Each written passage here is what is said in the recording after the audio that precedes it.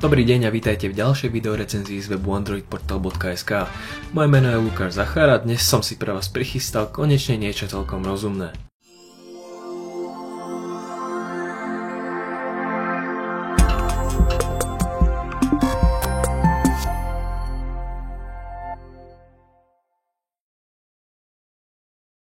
Veľa z vás sa stretáva s problémom, že buď nemá internet v mobile, alebo ho má obmedzený.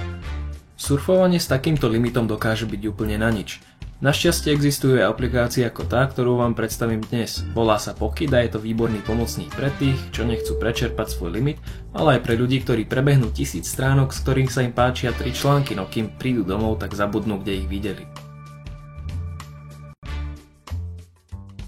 Na to všetko je táto aplikácia priam stvorená. Keď si prezeráte stránky, stačí ísť do menu, stlačiť zdieľať a pridať do Pocket.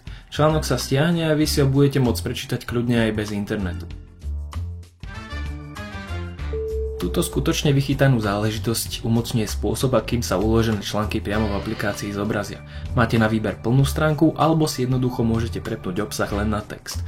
Zmeniť si môžete aj veľkosť písma a font, čo je veľké plus, keďže to pridáva na pohodlí pri čítaní.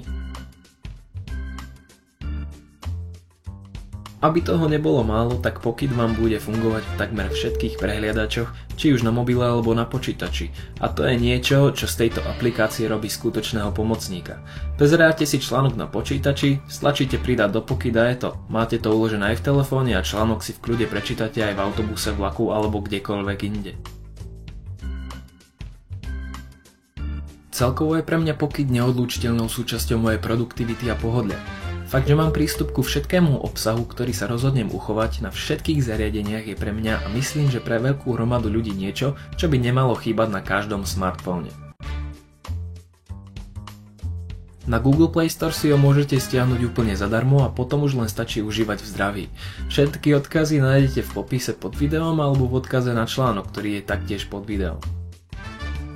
Na dnes je to všetko, ak máte otázky alebo pripomienky, tak nám zanechajte koment, nezabudnite si nás pridať do odberov a ak sa vám video páčilo, tak nám ho lajknite.